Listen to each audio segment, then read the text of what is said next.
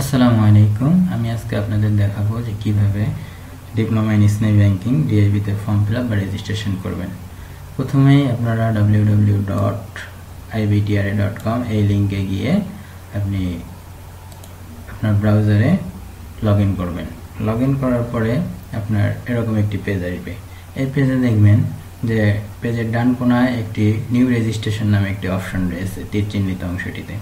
এই new রেজিস্ট্রেশনে click করলে এরকম একটি পেজ পাবেন, ডিটেলস পেজ, যেখানে আপনার ইউজার নেম অর্থাৎ ইমেইল আইডি, পাসওয়ার্ড, আপনার পুরো নাম, আপনার পিতার নাম, আপনার অফিসিয়াল পদবি, আপনার শিক্ষাগত যোগ্যতা, আপনার জেন্ডার, আপনার অফিসের বা প্রতিষ্ঠানের নাম। আপনার প্রতিষ্ঠানের নাম যদি এই লিস্টে না থাকে তাহলে এই ঘরে আপনি আপনার প্রতিষ্ঠানের নাম লিখে দিতে পারেন, আপনার অফিসিয়াল আইডি, আপনার পার্সোনাল মোবাইল নাম্বার, আপনার অফিসিয়াল অ্যাড্রেস। এখানে আপনার অফিসের জেলা নির্ধারণ করুন।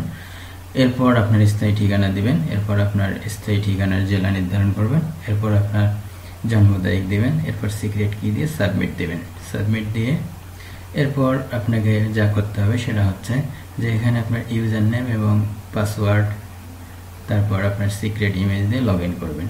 লগ ইন করার পরে আপনি একটি পেজ দেখতে পাবেন, যে পেজটি হচ্ছে এটা মূলত প্রাইমারি ইনস্ট্রাকশন যে আপনি কিভাবে কি করবেন। এখানে আপনি কিভাবে ফিস পেমেন্ট দিবেন, তারপর আপনার ছবি কিভাবে আপলোড করবেন, কিভাবে প্রিন্ট নেবেন, এই বিষয়গুলো বলা আছে, এটা আপনি দেখে নেবেন।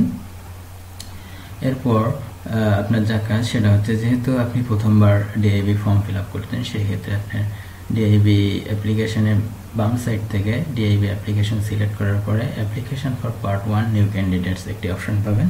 এই অপশনটি সিলেক্ট করলে এরকম একটি পেজ পাবেন। আর যেহেতু আপনি প্রথমবার পরীক্ষা দিচ্ছেন, এই ক্ষেত্রে আপনার রেজিস্ট্রেশন ফি হচ্ছে 100 টাকা, যেটা এককালীন, এর পরবর্তীতে দিতে হবে না।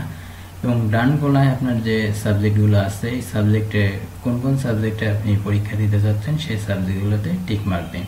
টিকমার্ক দেওয়ার পরে এখানে আপনার এক্সাম সেন্টার চুজ করুন। এক্সাম সেন্টার চুজ করার পরে এই অ্যামাউন্টের করে ক্লিক করলে আপনার কত টাকা সেটা দেখাবে। এবং এই নেক্সটে এমক্যাশ ট্রানজ্যাকশন আইডি আপনার, অর্থাৎ আপনি যে ফিস পেমেন্ট করেছেন যে এমক্যাশ নাম্বার থেকে, সেই এমক্যাশ ট্রানজ্যাকশন আইডি নাম্বারটা দিন। দেওয়ার পরে এখানে আপনি apply for part 1 new candidate এখানে সিলেক্ট করুন। সিলেক্ট করলে আপনি কংগ্রাচুলেশনস, আপনার অ্যাপ্লিকেশনটি সাকসেসফুলি ভাবে সাবমিট হয়ে গেছে। এখন আপনার এটা প্রিন্ট নেওয়ার পালা। তো কিভাবে প্রিন্ট নেবেন?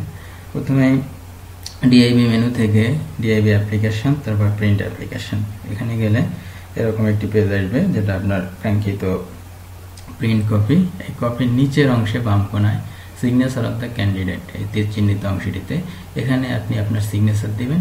এবং ডান কোণায় এই তীর চিহ্নিত অংশটিতে এখানে আপনার প্রতিষ্ঠান প্রধানের স্বাক্ষর নিয়ে এটা আপনি সময় মতো, অর্থাৎ আইবিটিআর কর্তৃক যে সময় নির্ধারণ করে দেওয়া আছে, এই সময়ের মধ্যে আপনি আইবিটিআরতে পৌঁছে দিবেন। ধন্যবাদ ভিডিওটি দেখার জন্য। আর এটা আমার প্রথম ভিডিও টিউটোরিয়াল, যদি ভুল ত্রুটি হয়ে থাকে ক্ষমা সুন্দর দৃষ্টিতে দেখবেন। আল্লাহ হাফেজ।